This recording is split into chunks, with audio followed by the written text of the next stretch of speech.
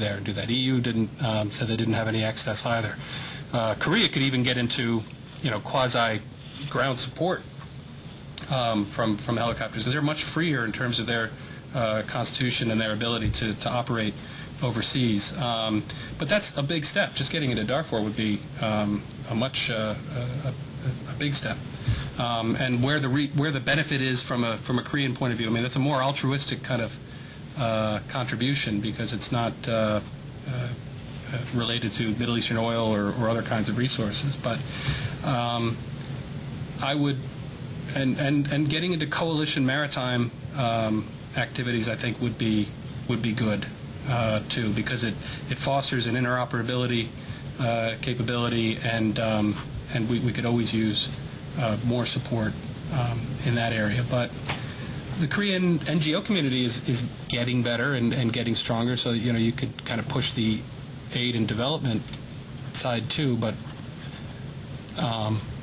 I just feel like there's limits to how much Korea can take on, both financially and in terms of public support and attention span on these things. But other people may have other favorite specialties that they want to get involved in. Jack, did you have a question? No, let's go ahead. I'll wrap. Are there further questions? Oh, yes. Spencer Kim? Thank you. Someone already has mentioned that your studies is so incredibly so also, Ambassador Sun warned you, despite of, all of the study, the mechanism of how in practice it may not come out exactly. Knowing both of that, what is your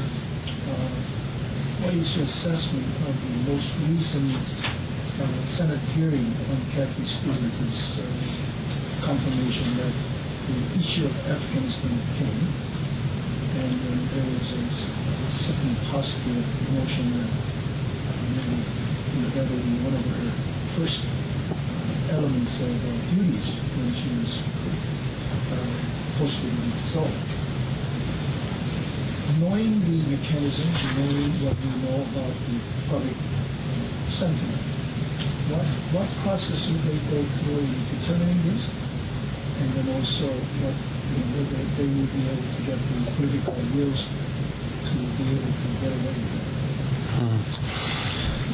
I it? haven't looked into this in detail, but my initial impression when I heard about it, and I've done more research on this with Japan in terms of their hemming and hawing about what to do in Afghanistan and whether they would try to create a PRT or not.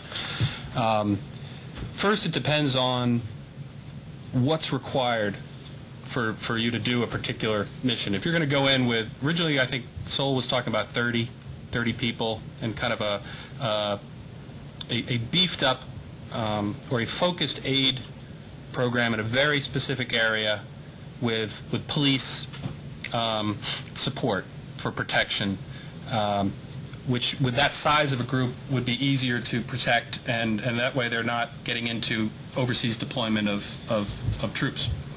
Now they're talking about 350, 400. I think that's the size of some of the larger PRTs that are there that are supported. I think Germany has one, and the Netherlands has one, and different countries have kind of gone with these country teams of diplomats, aid groups, and military for protection.